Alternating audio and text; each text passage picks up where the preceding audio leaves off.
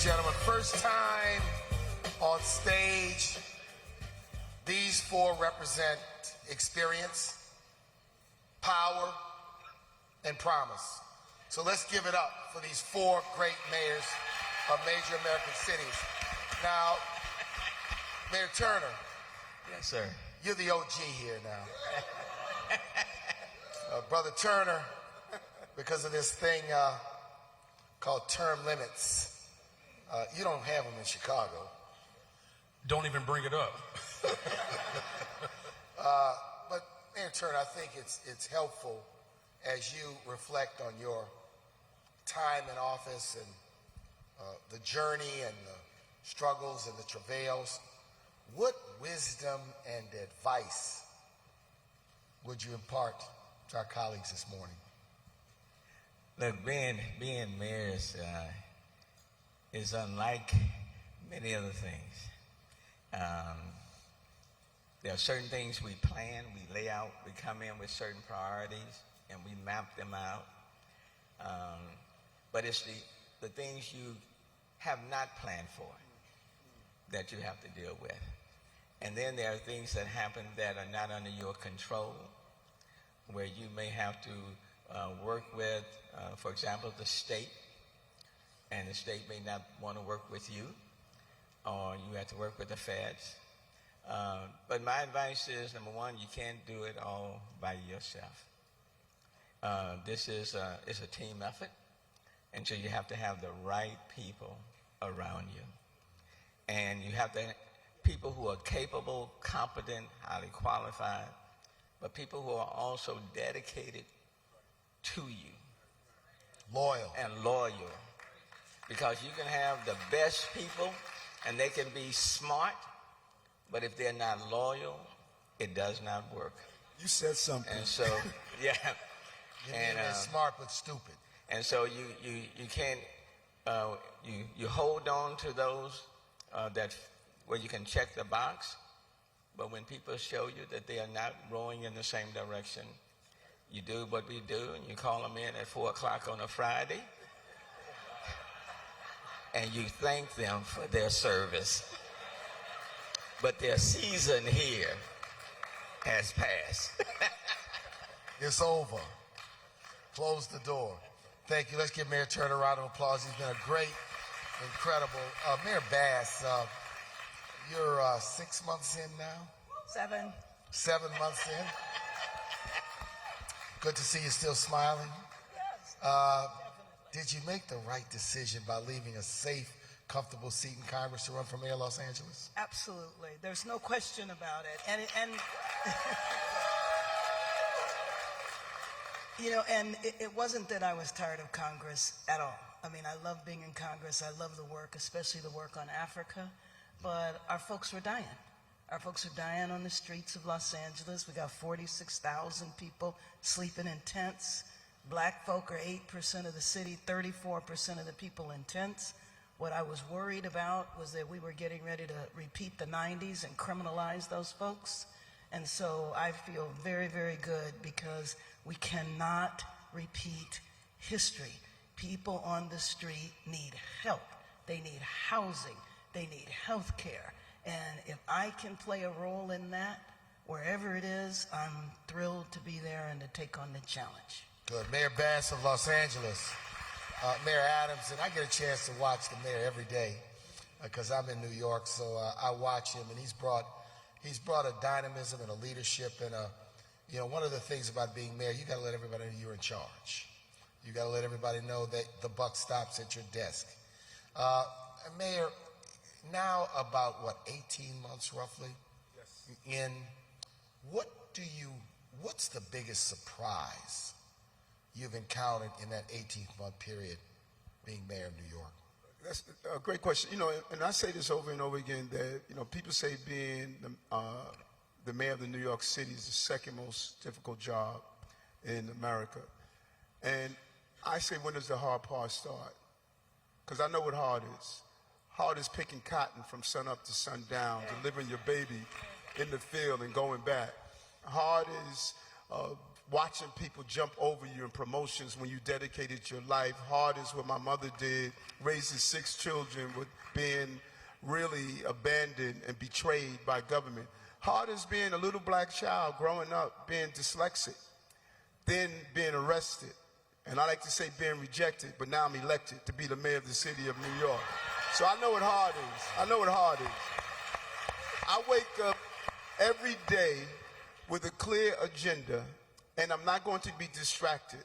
And you're not going to spend the time that I was running for office trying to degrade me, and then you want to pick my staff and tell me who to hire. I'm going to hire competent people who have my vision, rowing in my direction. That is why, first time in history, I hired a black police commissioner. I hired a Hispanic to run my correctional facility. I hired the first African-American, first deputy mayor, first Indian-American to be a deputy mayor, first Filipino-American to be a deputy mayor, first Korean-American to be in charge of small business services, first African-American, first Trinidadian woman deputy mayor. I picked my team that's reflective of the city. If you want to be on my team, you have to have gone through a lot so you can help people who are going through a lot. That is how you run a city. And brother, we're running it. We're running it. You know, people are blown away with all that we inherited. Remember, January 1st, 2022, I inherited COVID. We navigated through that. Now I have 91,000 asylum seekers in my city, can't work. I have to feed, clothe, house, educate their children, and we're doing it. The bond raters who determine where you invest your money gave me a AA rating because of how I'm managing the city. You're seeing competent leadership. So the only surprise that I have is why is it taking the national media so long to determine that black mayors can run city and they can run it right? Amen. Amen. Amen. Now I had to get out of my seat on that one. Amen. Yes, sir. And Mayor Johnson, when I see you, I can't help but think of the legend, Harold Washington, who was a pace setter, an inspiration for me, and one who inspired me to seek the mayor's office in New Orleans. Chicago has been longing for the spirit and the fight of Harold Washington since his untimely death in 1987. As you begin and as you think, how is Harold Washington's time a guide, an inspiration for you? Well, thank you. That's a good question. And had I known we would have a sanctified crowd this morning, You at the Urban League, brother. saying, I don't know what I was thinking. Of course, it's a sanctified crowd. But I'm grateful here. I want to thank Mayor Turner and Bass and Adams for their leadership and direction. The text messages, the calls of concern and hope have been a tremendous inspiration and has helped balance me through these first 11 weeks. When you grow up and you've experienced the 80s, you hear from your father, your grandfather, your uncles and aunts, about a time of promise and hope. And Chicago is rich in legacy, right? And so I would be remiss if I did not acknowledge Chairman Fred, who said healthcare for all. Yeah. He said every child should eat before they go to school, right? That comes out of the Black Panther Party ideology and movement that was birthed on the west side of Chicago where I live, right? And when I think about, of course, the time that Dr. King spent on the west side of Chicago, and he understood the importance of the civil rights movement and the labor rights movement, and understanding that that collision had enormous potential. And he said that the rights of labor and the fight for civil rights are one and the same. The enemy of the Negro is the enemy of labor. And so then, of course, you have this ushering in of black liberation through the election of Mayor Harold Washington. And it was, of course, 40 years ago that a black mayor said sanctuary city. You know, I'm not sure if he knew that this day would come, but somehow he understood the prophetic assignment that he had. And so now, you know, when I'm moving through the streets of Chicago, the one thing that I do appreciate about black folks, especially black people, is that our hopes and aspirations are tied and linked to one another.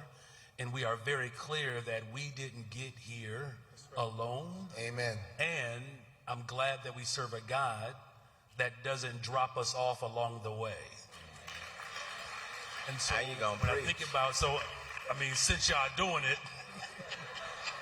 you know, so just as a disclaimer, I was raised in the Church of God in Christ. So see, there's always a couple of Kojic people here. Yeah. So Sanctified. this conference, this panel just got 1 hour longer. Yeah. We're going to keep on going. But the point though is that these moments don't leave us behind. These moments propel us forward. And so it's a reflection of the incredible resilience of our ancestors, and I'm glad that I get to stand on the shoulders of those who have been here before. So I learned when I served as mayor of New Orleans from 94 to 02. When I took office, I was the first person elected in some 60 years that did not have the endorsement of the local newspaper. It was definitional because from the very beginning, what the local newspaper did is they put a team of reporters on me, one to play nice and one to play nasty. The one that played nice tried to make friends.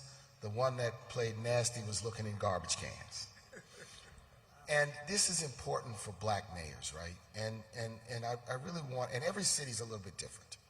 You know, the way, but mayors now and elected officials now have an independent channel called social media. Right. To be able to talk to people. And I think what I'd like each of you to maybe address, Mayor Bass, we can go first, a little bit about how you think about the importance of the media and communicating with the public, because it's important for constituents to understand that it is absolutely abundantly clear that black mayors don't get treated the same. Period. Time after time, example after example. No matter what you do, you could have an S on your chest. You could leap tall buildings in a single bound. But how do you think about that from a Los Angeles perspective? Well, and you know, we can talk race, but also add in gender. I will talk about it because that's dynamic as well. When I started, the whole way I was being framed was, well, is she going to be like Eric Garcetti, the previous mayor, as though I had done nothing before. I'd been in Congress, I'd been in the state legislature, I'd been Speaker of the House, but was I going to be him? But, you know, to me, I mean, my background and my root and my heart is as a community organizer. And so to me, communication means communicating on every single level. And the grassroots level is critically important. And that social media helps with that, but not enough. I mean, you have to get out and talk to people. You have to provide every kind of forum and vehicle. One of the things that we did in Congress that I plan to do in the city was telephone town halls. So I used every vehicle, in-person town halls, telephone town halls, social media. But one of the things that makes social media tough is that anybody can call themselves media and a newspaper. And so what I'm finding, and I'm sure my three colleagues up here are finding too, you'll have crazy news sources do an article. They just make up stuff. And then 3 days later, quote unquote, mainstream newspapers or radio will pick it up. And then it becomes a legitimate story. But I think it's very important to be proactive. It's very important to have your own frame, but your own analysis, not just a soundbite, but an analysis about what it is that you're talking about. Because I believe that one of the most important things about communication is education.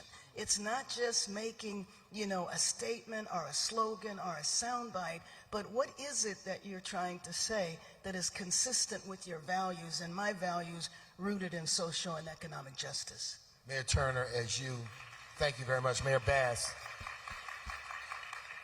again, asking you to reflect on what's worked well when it comes to your ability to communicate to the citizens of Houston. What is it that you may know now that you wish you understood better when you started on the issue of communicating with the public? Well, I mean, it is important as mayors that we maintain and even enhance our connection to the people that we serve. We have to become our best communicators. And what I have learned over the last 8 years as mayor, is that I have to be out there talking directly to the people. I have to be amongst them and tell what we are doing, listen to them, be accessible to them, and then hope that they too become your ambassadors. And so when they are seeing or reading stories, they themselves can say, that's not true. And I have had people, as I've gone throughout the city, after they have read something or heard something, they will say, Mayor, we know that's not true. So we have to be out there. But I'm constantly reminded what my mom said in growing up, and then she said, life is not fair. But you still have to learn Amen. to navigate through it. And so we have to be very careful that we don't become so obsessed with the negativity that we lose focus. When I first came in as mayor, the city had been facing a pension problem for some 20-some years. And right there on the front of the paper, it said, Mayor must fix the pension problem now. And I said, hell, I just got here. But it was, I have to fix it. But we fixed it. And so a pension problem that was $8.2 billion when we came in is now less than $2.2 billion and going down. But what I've also discovered is that you have media that will flash a camera on the problem, but they don't give you much credit on the success. And then the ball keeps moving. You fix this and this comes up. The last point that I will make, we just did this African trade mission to, trade and investment mission to Africa. In my 8 years, we have gone to Europe, we have gone to Asia, we've gone to Latin America, we have gone to the Middle East, and I've not received any negative play from the media, or quite frankly, from anybody else. The business community has gone with us, so we've gone all over the world. Now, just recently, I go to Africa. And here come the television station saying, why is the mayor going to Africa? Is this a personal junket? Double standard. Is this a personal Double junket? standard. Should he be using taxpayers' money to pay for this? So you get all of that. And so sometimes I do my best not to respond. You have to say, 1, 2, 3, 4, 5, 6, 7, 8, 9, 10. Patience. But then on this one, I did go to social media. And what I said is that I've gone to all of these other places. No negative criticism. Now, all of a sudden, I go to Africa. Here come the negative criticisms. And what I wrote was, your comments are more reflection on you than on me. Okay, so we just have to push through it.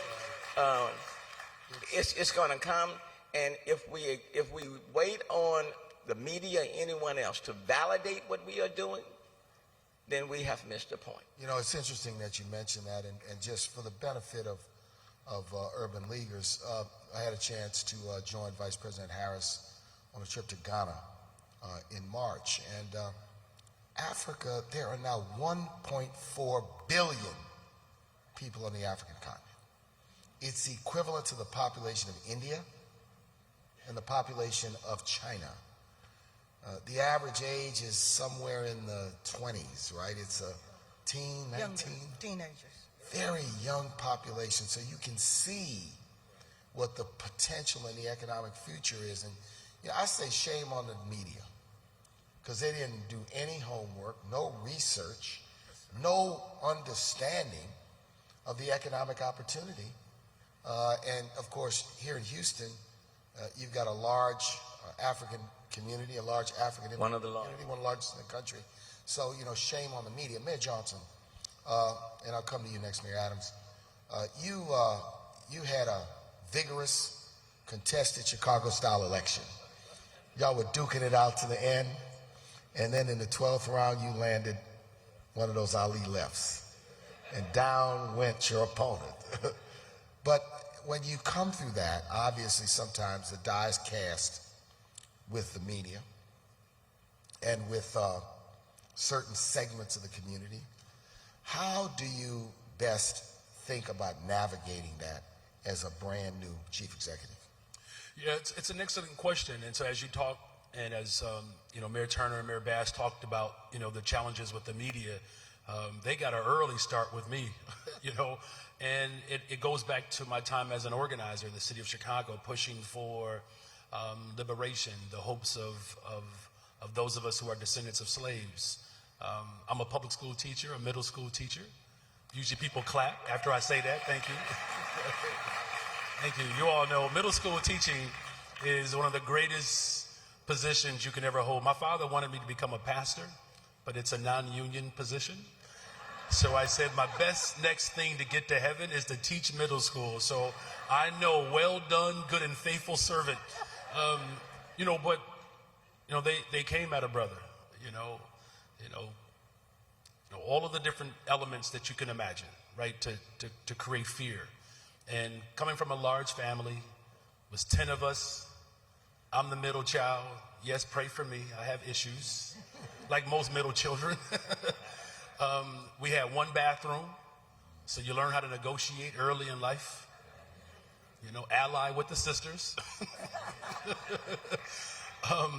But my older brother, who is an ancestor now, is not with us, had an addiction and died unhoused. And, one of the things he would always say to me growing up, that if you're in a fight and you're ducking, you're losing that fight. He said, swing. And so in this moment, since it almost doesn't matter, what I do, they're not going to like it. These forces that, let's just name who these forces are. Mm-hmm. These forces still do not like the results of the Civil War. Right? I mean, these are individuals who want a rematch. So there's not much you can say to them, right? And so what I'm inspired by, though, is that the election that put me on the 5th floor was a multicultural, intergenerational movement. And 27,000 new voters voted in April that did not vote in February, all of them under the age of 34. I won by 26,532 votes. And so the youth energy is alive, and we're bringing people together. There are folks, in the business community, corporate leaders, and the 80-year-old woman who has had my number since before I knew, I was going to be in this position. So we're bringing people together. I'm of the mindset that there's more than enough for everyone. No one should lose at the expense of someone else winning. The city of Chicago has one of the largest economies in the world. No one should be too poor living in one of the richest cities in one of the wealthiest countries at the richest time in the history of the world. There is more than enough for everyone. Let's give the mayor a hand on that affirmation. Mayor Adams, you're in the most complex, dynamic, hard-hitting, rock-throwing media environment in the world. It is interesting to watch the New York media. And what I've appreciated about you is your willingness to go toe-to-toe. Which is so essential in a city with an aggressive press corps. Well said. And you have athletes that won't play in New York City because of the media, because our media is hard. And what I think is imperative for black people in general, but specifically for black men. We are so afraid of getting the title that can destroy our lives. If you get the title of angry black man, you will not raise up in corporate society. You will not raise up in Hollywood. You will not raise up on a sports team. You will not raise up on politics. And so because of our fear of that's an angry black man, we hold it all inside. And that holding that stress inside manifests itself through heart disease, hypertension, all sorts of illnesses is connected to our feeling that I don't want to be classified as an angry black man. Listen, the media must critique us. We're not in this society where we could do whatever we want and not receive the level of critique that comes with the job. But there's a difference between critiquing and doing a proper analysis of what you have done and being intentionally destructive. And so what I always do, I'm not holding in my anger. I'm going to let you know how I feel at the moment. And I'm not going to go through a thesaurus to find the proper terminology to make you feel comfortable in how you make me feel uncomfortable. I'm just going to explain to you what I feel at in this moment, and then I'm going to move on, because I got a city to run. I can't sit there and play with you when I'm dealing with all of these other crises. I'm going to move on. I'm not going to just stay there and say, you know what, you made me feel bad. No, I'm going to let you know how I feel, and then I'm going to go run this city with a $106 billion budget. I'm going to do what needs to be done, because part of the game is to distract you and keep you tied up in a moment. And so they say, well, you know what, you're thin skinned. You get offended quickly. No, you're not going to disrespect me. I know who I am. I know what I've done. And you know, Mayor, they didn't say that about Giuliani and Koch. Yeah. Right. And Giuliani and Koch were always But the standard in is a not the same. contentious conversation with the New York media. And so, And you never hear them call him an angry white man. and you know, the thing that's so interesting, I think, about this conversation is how for the mayor, distinct from every other elected position, save maybe the presidency, the media is crucial to your success, crucial to your ability to navigate, and you have to think about it, strategize it, and invest in the people and the infrastructure to be able to deal with them. So let's give these mayors a big, big round of applause. Now, let me get to a couple of... But Marc, I Yeah, want to, if I can, Go ahead. because that's what you said is so important. What you said.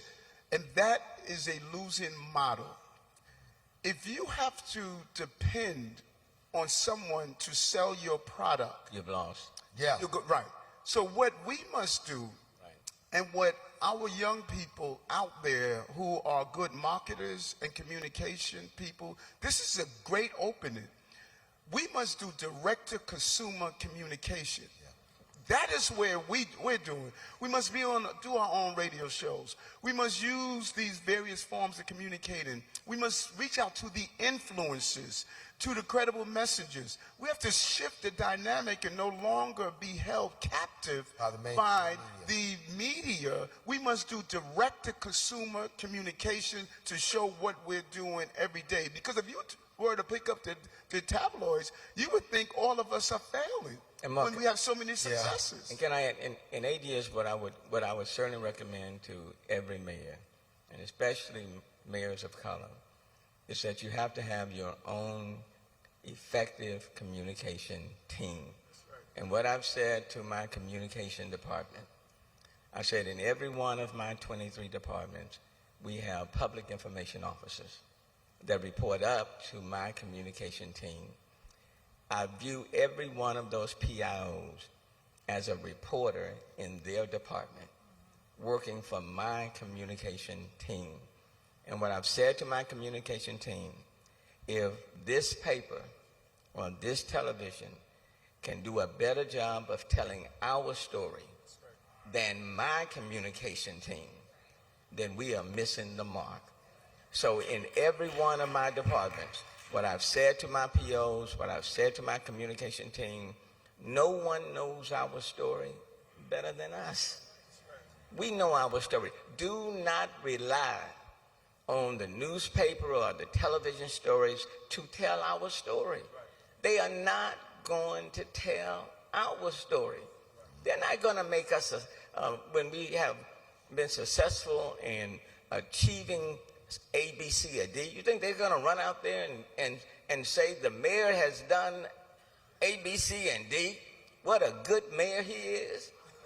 Don't expect that to happen. But I do, when I say to them, but I do expect my communication team to tell our story so that it is out there.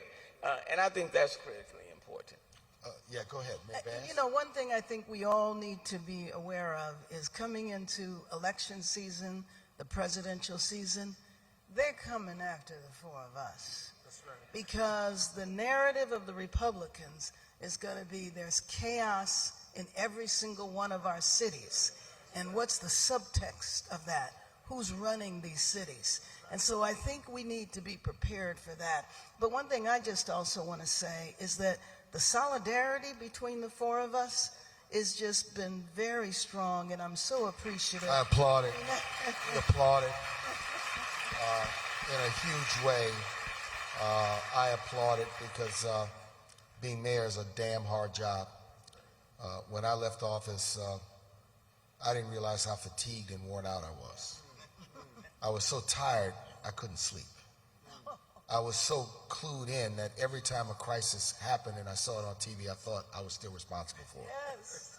It took me several months to reset my mind, body, spirit, and soul, and really had no one to tell me this is what's going to happen when you leave office, because when I left, I was, Mayor Turner, running to the tape, trying to put lots of things in place, trying to get lots of things rooted so it couldn't be undone. And so it is a quite challenging job. I want to switch gears right now.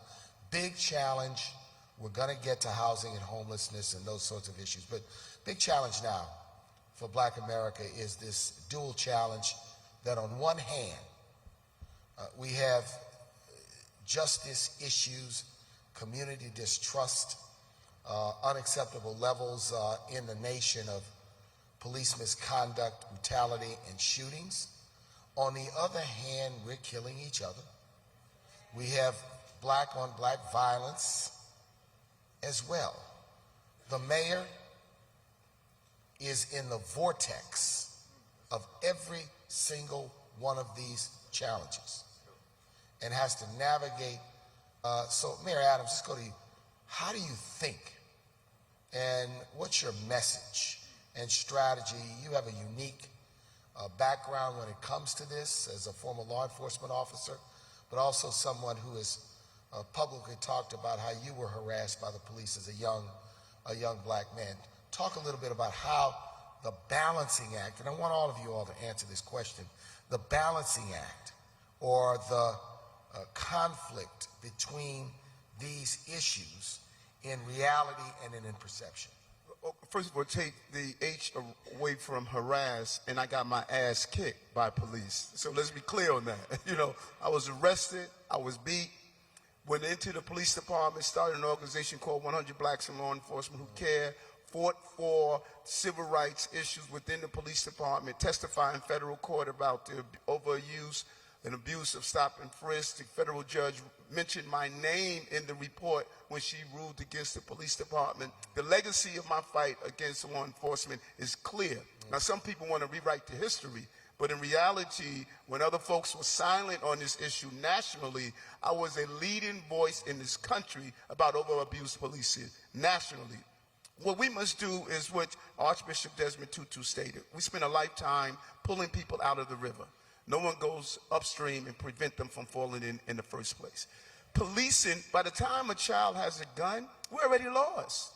The question is what happened to cause that from taking place? When I sit down with gang members and I ask them, how many of you dealing with learning disabilities, it's astonishing. 30 to 40% of the people who are in jail right now are dyslexic. I was on a path of doing the same things. If we don't go upstream, while we deal with the crime downstream, let's be clear, we can't be just upstream, because Bebe is creating some havoc right now in our streets. So we have to identify the extreme recidivists, give them the assistance they need, but we have to stop the pushing people in the river. That is what we're doing. That's why we did 100,000 summer youth jobs. That's why we did Summer Rising, so our children can be educated all school year long. Leaning into foster care children, paying for their college tuition, giving them stipends, making sure we do money for child care. So you got to do all those things. How much of that, to do it at scale, requires the state, the feds, the private sector, to do the upstream work at scale? Because you're doing great things on your own, but to do it at scale and on a sustainable basis, is it within the power of the municipal government alone? Sure, no, it's not. But that's where the rubber meets the road. Now, when you match and redefine policing and do something that I think we make the biggest mistake in, Brother Marc, when hospitals and medical institutions weren't doing right, we told black and brown people to become doctors and nurses. When our teachers were not educating our children, we recruited black and brown sorors and frats to go in and become teachers. Why are we afraid to tell young, smart, black and brown people to go into law enforcement? If we want law enforcement to be what we want it to be, why not recruit our talent to go in there and do it? I appointed Keishawn Sue, the first African-American woman ever to be the police commissioner in the city of New York. Now, Eddie Caban is the first Puerto Rican to ever do it. Tanya Casella is the first African-American woman to be the first deputy commissioner. We got the talent. So we know how our policing should be in our community with the balance that we need to be recruiting. I want my fraternities, my sororities, my churches, my boulets, all my groups to say, let's find our brightest and our best and go into this profession and define how we want policing to be, as we did with the overproliferation of guns. And the real challenge we're having, heroin destroyed our communities in the 60s and 70s. Crack cocaine destroyed us in the 80s and 90s. Fentanyl is going to be both those added together. If we don't get a grasp on fentanyl right now, we're going to see a total destruction of our communities like we've never witnessed before. Thank you, Mayor Adams. Mayor Bass, same question. Well, following up on what you were saying, I believe that in our communities, we've worked for years and know the strategies to intervene and prevent crime. There's always the rap that black folks are upset if it's a law enforcement involved death, but say nothing when it's black on black, which I reject that notion. That is not true. But unfortunately, the grassroots work that happens in all of our communities is never lifted up, and we need to invest more in that. When we went through the time period of mass incarceration, which is not like it's over, but it's a little bit different now, laws were passed to lock us up for everything under the sun, including what I believe were health, social, and economic issues that should not have required incarceration. Then laws were passed by politicians who wanted to be reelected and wanted to have their mayor that said, I did this to be tough on crime. Then a lot of laws were passed to continue punishing people when they left prison. So you are incarcerated while you're in, and then you continue to be punished when you're out. And that's one of the reasons that contributes to recidivism, because if you can't work, if you can't find a place to live, then what are you going to do? You mentioned recruiting for law enforcement. That's hard for a lot of us to swallow. The reality is, in Los Angeles, for example, we have a whole generation of black officers that are retiring. And pretty soon, there'll be virtually no black officers in the Los Angeles Police Department. Is that what we really want? I think that sometimes Democrats in general are shy when it comes to the issue of crime and kind of go all around it. And when we do that, in my opinion, we concede the issue of crime to the right wing. And I don't think that we should do that. I think we need to hit it head on. If somebody commits a crime, you have to hold them accountable. But we also need to invest significant resources in the prevention of crime. I started an Office of Community Safety so that we could look at unarmed responses. We could look at, because a lot of what we see, especially in Marc, you and I worked diligently, so hard on the George Floyd Justice and Policing Act. And I remember looking after Floyd was killed, I remember looking at 100 officer-involved deaths, shooting and otherwise, and I would say 30 to 40% of them were mental health. It was a mental health crisis because we've shredded the mental health system. We allow people to deteriorate into violence or committing a crime, and then they wind up with police encounters. So we have to address these issues that result in really negative encounters with police while we hold police officers accountable. And let me just add a few things, just from my own experiences, because when I became mayor of New Orleans, we were having almost 500 murders a year, almost more than one a day, almost 500 in a year, 400 and something. And not only that, I had an active FBI investigation ongoing into officers who were providing private security for drug traffickers as moonlighters. Well, this is what I inherited, right? A complete and total debacle and a mess. But I knew that the violence issue could not be addressed by law enforcement alone, but that law enforcement was an important component, not one versus the other. And I told the community, it's not one or the other. So we invested heavily in summer youth employment, camps, cultural programs, invested in young people, over-invested in young people. I did something that I'm not sure it would work today. I put a curfew in effect for kids under the age of 18, with exceptions for kids who were working or on their way back and forth to school activities. That program never got challenged in court and was highly popular. The president of the ACLU said to me that, he said, if I challenge your curfew, my wife would divorce me. Because the program was popular with mothers. You know, the idea is, how do you do holistically?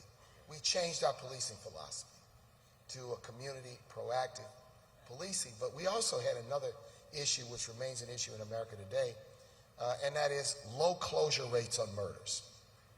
There's a low closure rate on murders, meaning less than half the murders in America is a suspect identified. So one thing we learned, Mayor Adams, you understand this, there was no focus on investigatory follow-up. Lack of follow-through when a murder was committed, particularly when the victim was black. And so it required a retooling of this. I had to put myself in school informally to understand the mechanisms of this. And I think mayors uniquely, and we'll get to you, Mayor Turner, and you, Mayor Johnson, because you've talked, mayors uniquely have to figure out the combination of things that you have to do, and then you've got to, if you will, persuade the community to support them when in some cases you have a community that can have one part of the community may think, oh, all you got to do is youth programs. Right. Another part of the community thinks just arrest everybody. And both approaches are damn wrong. Right? They're more about slogans and ideology than effect. So Mayor Turner and Mayor Johnson, and we're focusing on this because this is the real deal. Justice and safety. We are dying. We are killing each other. And yes, there are too many instances where the police kill us. We cannot be silent and act as though there's nothing we can do. Throw our hands up.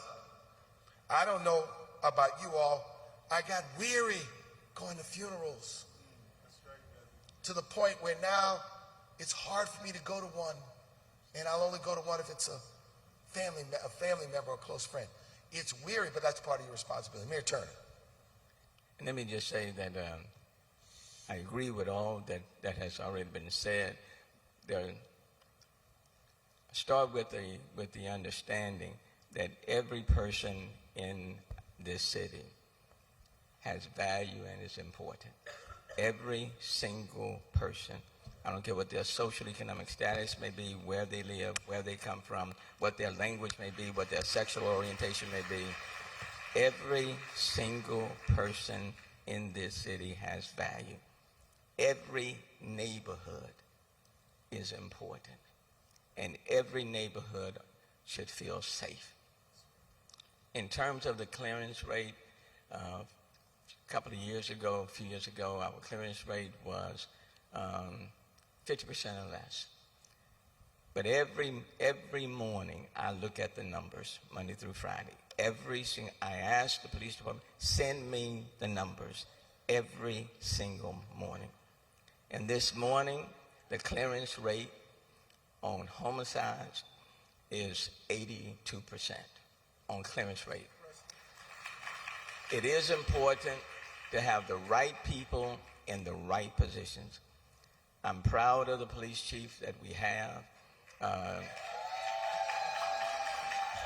Chief Troy Fenner, stand up, man. So Stand up, Chief Chief. Troy Fenner. I'm proud of him.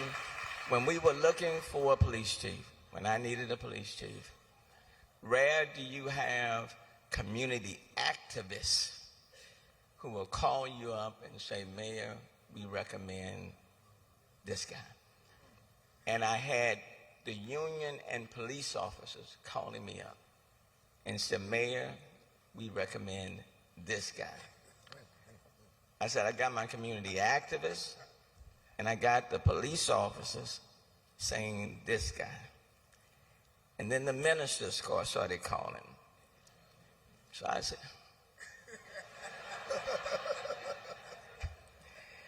but someone who grew up in this neighborhood, someone who knows the people in this neighborhood, someone who calls it straight. So leadership, there is no substitute for leadership.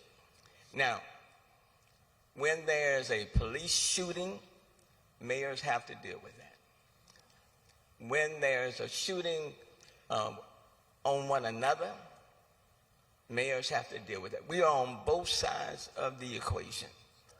And cities have to deal with everything, Mayor Adams, that flows down.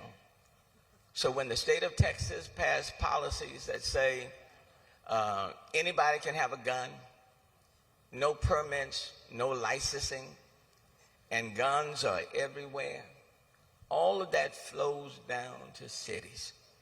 And we are the ones, as mayors, that have to deal with those crazy, idiotic policies. If you are making the market attractive for guns and making guns available and accessible, what do you think people are going to do with them when they get them? But it's up to us to deal with it. So what we did is that it does require a holistic strategy, because as a society, we have called on the police, law enforcement, and I think, Mayor Johnson, you made mention of this, we call on police to do everything, and they cannot do everything. And we sometimes direct our resources and investments just in police. So we put together this One Safe Houston strategy, holistic. We are providing the support to police that they need.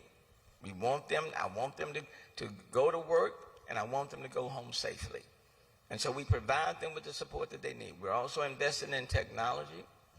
We're doing all that. Our reentry program, we have 12 to 13,000 people yearly that are coming out of our criminal justice system, state, coming back into Houston-Harris County. So we put together a reentry program because they need jobs and they need housing.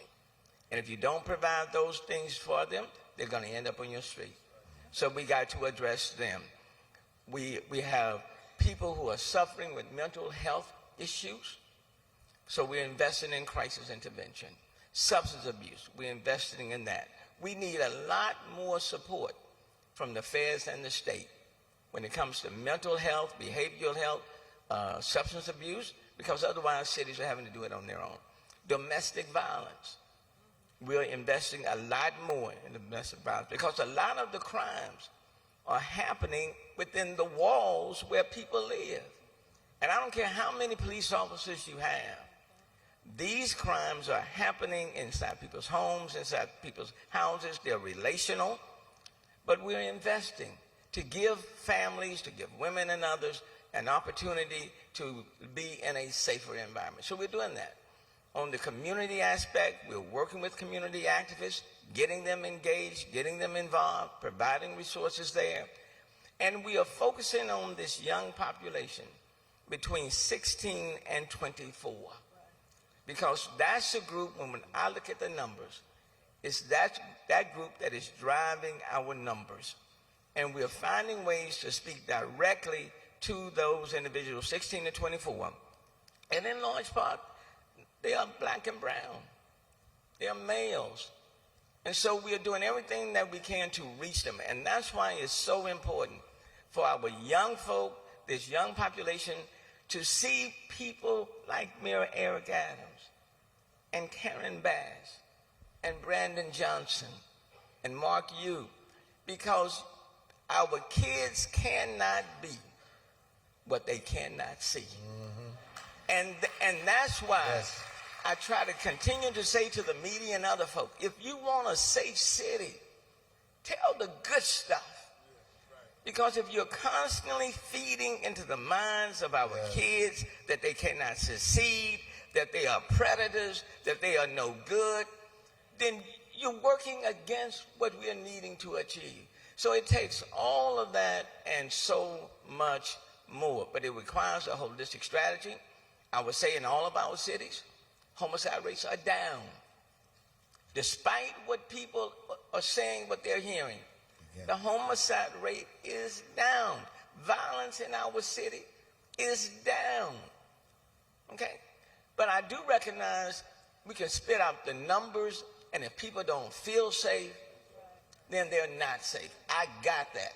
And as long as there's one person being killed or one person being assaulted or one car being broken in, it's one too many. So we are investing in police. This whole story about cities not supporting police, BS. Cities are supporting police. Mayors are supporting police.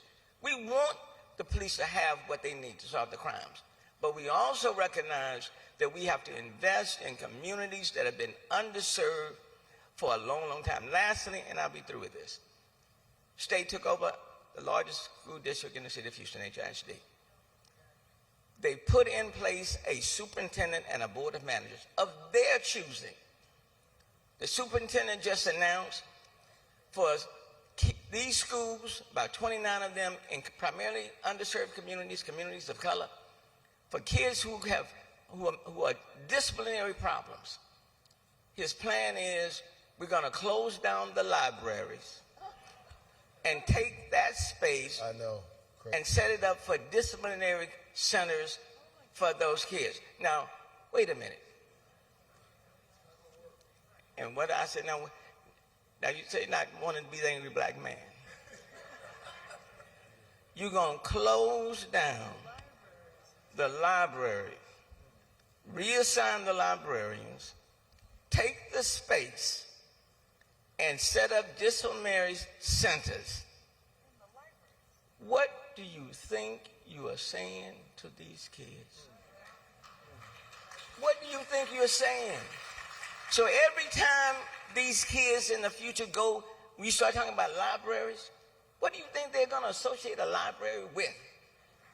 Disciplinary centers. And you mean to tell me you're going to close down the libraries in these communities, and I can drive a few miles away, and in other communities they have fully functional libraries, and you want a safe city? Mayor Turner, I saw you on television, I guess yesterday, speaking out on this, and one of the unique elements of being in the South, and this is not something that would likely happen in New York, California, or Illinois because of the legislature. Black mayors in the South have faced for decades usurpation of power. going back to the 1970s and the early 1980s with people like Maynard Jackson, my late father. There were legislative efforts to hijack control of their airports. The driving force was because these airports were making progress in creating opportunities for minority businesses. In Houston, the state legislature has in effect hijacked and done a hostile takeover of the Houston Independent School District. In places like Kansas City and St. Louis, in Jackson, Mississippi, the state legislatures have hijacked in Jackson the judicial system, the law enforcement system. So the usurpation of power directed at black control that comes from voting and democracy. So these are attacks on democracy. So Mayor, we want to be clear that we are with you 100%.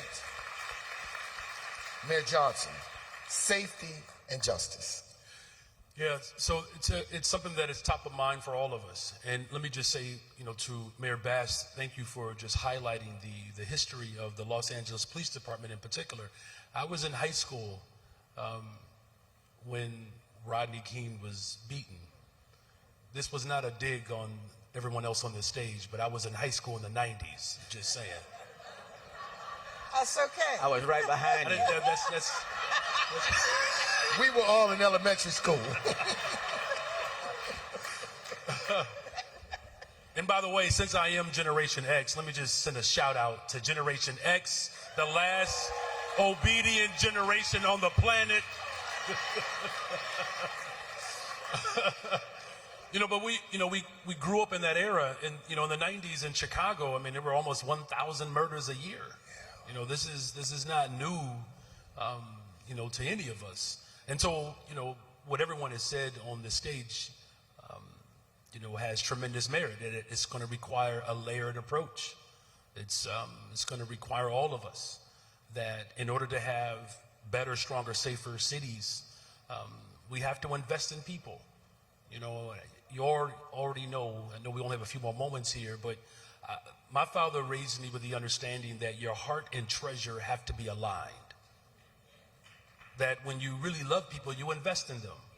And, Reverend Al Sharpton, since he brought up the governor of Alabama, and I'm a social studies teacher, I will not be outdone. All right, so if you remember when the Great Society was being pushed, and President Johnson understood through all of our collective work that we have to get at the root causes, that we have to provide support on the front lines, of course, but we have to deal with poverty. And the governor of Alabama, Wallace, said that, President Johnson believes that because someone at 10 years old has committed a crime, that it means they didn't have enough watermelon to eat. I mean, that's what he said. And so when we talk about the press corps, it's not like white supremacy was birthed, during Trump's reign, right? So there's always been this battle or fight against liberation, particularly for black folks, because the power structure understand what works because they want it for their communities, right? And so as we push for this great society, I believe unemployment amongst white men was 30%. Our country called it a national crisis. They said it was too dangerous for America to have that many white men unemployed.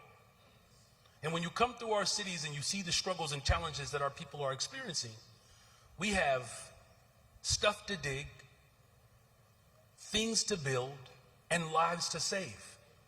White men got shovels before there were things to dig. They came with every single government program. No one called it entitlement. No one talked about bootstraps or strings or pulling yourself up. And so having a layered approach where we're moving on something called treatment, not trauma. 40% of the 911 calls that come through are mental health crises. You have police officers that are being called to people's homes because their 6-year-old doesn't want to go to preschool and they lock themselves in the room. We're asking too much from law enforcement. And so investing in people, doubling the amount of young people that we hire, I've made a commitment to promoting 200 more detectives to deal with the clearance rate. But the bottom line is we have to have a collective response to what we know works. And if we're not serious about pulling people up out of isolation and poverty, if we're not serious about that, then we're not serious about building better, stronger, safer cities. And so we're all committed to making sure that our treasures and our heart are aligned to do what's right for the people of Chicago and all of our respective Let's cities. give these mayors a big round of applause. I'm about to close in a couple of quick things. So let's talk about minority business, black business, growth, and participation. So let me set the question up. The Biden administration has made these extraordinary commitments Congress has passed to infrastructure. Significant amounts of the money will come to states or airports or water systems, state departments of transportation, and in some instances to local public works departments. And therefore there's this incredible opportunity for there to be inclusiveness. And I know Mayor Adams, because we worked with your team on your efforts at the New York legislature recently to address some of the systemic barriers to participation. How does this fit into your agenda? So important. As I stated, we have over $106 billion budget, over 302,000 employees. Our procurement for goods and services, it's over $20 billion. And what we found is that the key to proper cities, you have to look at your agencies. How are your agencies spending? And if you don't take control and make sure that they have a real plan of MWBE and ensuring that they are being actively recruiting and identifying pathways of going from being subprimes to primes. We were able to successfully do two things during our legislative session. Hats off to Leader Carl Hasty and Majority Leader Andrew Stewart-Cousins. We were able to, number one, get local hiring. So if we're using governmental dollars to do things, we need to hire locally, because communities should not watch buildings go up and their futures go down. It needs to be connected, and we were able to do that. We were also able to increase the discretionary amount that you can use for discretionary contracts to $1 million. It was $500,000. We were able to increase it to $1 million because of our state lawmakers. But we're also using technology now to see what our agencies are doing. You can't wait to the end of the year and do an analysis of how well you did the previous year. We are monitoring it now in real time. My mother used to say, if you don't inspect what you expect, it's all suspect. We got to inspect it right away and tell that person who is not meeting my expectations, you have to correct your actions and come up with an improvement plan. You have to move bureaucracy out of the way. It is too damn difficult to do business in many of these cities because we create these bureaucratic barriers to really de-incentivize those women and minority-owned businesses from leaning into how to do business with the city. Businesses are important, and we're focusing heavily on that. Thank you, Mayor Bass. Well, I certainly agree with that, especially when it comes to the bureaucracy. But one of the things that I found fascinating is that a lot of the bureaucracy is just made up. It's just self-imposed. There's no particular reason for it at all, which is why it's been kind of nice not having worked in the city. So I come in and the stuff just looks crazy to me. But, you know, the other thing is that we have to be aggressive in terms of not just telling somebody the website. We have to bring our businesses in. And for example, I was meeting with a group of people that want to have contracts around homelessness. You know, our community, we create programs, but we don't think about the administration, the finances, the board of directors. So what I'm doing now is looking for some philanthropic dollars to do technical assistance so that our community-based organizations, for-profit and not-for-profit, will be ready to contract with the city. We do billions of dollars of business in procurement, and a lot of it is not just with people from Los Angeles, it's with people out of California. And so I think that it is critical. The number one problem in LA is profound income inequality. The worst manifestation is homelessness. What's the answer for income inequality? Raise people's incomes, whether it's salaries or whether it's business opportunities. Mayor Turner. We have a very active Office of Business Opportunity, OBO, and we are very, very laser focused when it comes to MWSBE participation.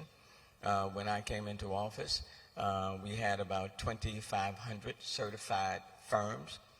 As of today, we've doubled that. It's about 5,100 certified firms. I will tell you, we have increased the number of primes, people who were subs, but now have been moved up to prime. Under my administration, we have awarded in dollars and cents more money to MWSBEs than in the history of this city. And when you drill down specifically to black businesses, they have received more contracts in dollars and cents than any time in the history of this city. And when it comes to subs, the average participation for MWSBEs is about 29%. Three categories: construction, professional services, goods and services. Across the board, the average percent is about 29%. When you go, for example, to Hobby Airport, one of the 16 five-star airports in the world, that airport, the concessions, now the MWBE participation is about 80%. Wow. When you go to Hobby, make sure you stop by until you drop, because you are benefiting MWSBEs. So it has to be intentional, and I agree. If you don't, then you're hurting even your community, and then you scale up.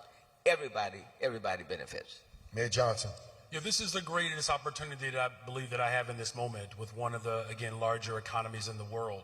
And as has already been articulated, our procurement process is arduous. And you're right, Mayor Bass, this is not policy. It's just kind of a procedural, dynamic that makes it difficult for our people to experience the wealth of the city of Chicago. Now, what I will say is this, that I have a deputy mayor that's dedicated to this particular dynamic, neighborhood and economic development. And so we're going to be very intentional about making sure that the west and south sides of the city of Chicago that have experienced a tremendous amount of disinvestment. I live in Austin on the west side, largest concentration of black folks in one single neighborhood, arguably in the entire country. And schools have been closed, mental health facilities have been shut down. We just had a downpour of rain, so we experienced a great deal of flood. We got smoke coming in from Canada. My wife said, if the locusts come, brother, you better repent. Everything was fine until you became mayor. But there's some real opportunities. Right, brother? Right. There are some real opportunities to transform our infrastructure. The last thing that I'll say is this. I don't mean to trigger anyone on this stage, but the DNC is in Chicago. And this is a tremendous opportunity for us as we build up the infrastructure to create these type of investments for our people. I believe there's more than enough for everyone. And so as we make sure that black businesses in the city of Chicago experience the wealth of the city and what the DNC will bring, I'm happy to share some with my other mayors from around the country. Let's give these mayors a big round of applause. Before we wrap, let me offer thanks to Mayor Adams, where we have the New York Urban League led by Arva Rice. It's been a great partner of the New York Urban League. Is Arva in the audience this morning? I don't know if she's here. Any members of the New York Urban League, thank you for that. Certainly Los Angeles, our CEO, Michael Lawson, stand up, Michael, retiring CEO in Los Angeles. Thank you for the partnership. And of course here in Houston, where Judson Robinson has worked so closely with Mayor Turner and Karen Freeman Wilson and the legendary Chicago Urban League working with Mayor Johnson. So we want to affirm this working relationship that Urban League affiliates have, not only with these four mayors, but we seek all over the country. So, ladies and gentlemen, Mayor Eric Adams, Mayor Karen Bass, Mayor Sylvester Turner, Mayor Brandon Johnson. Give it up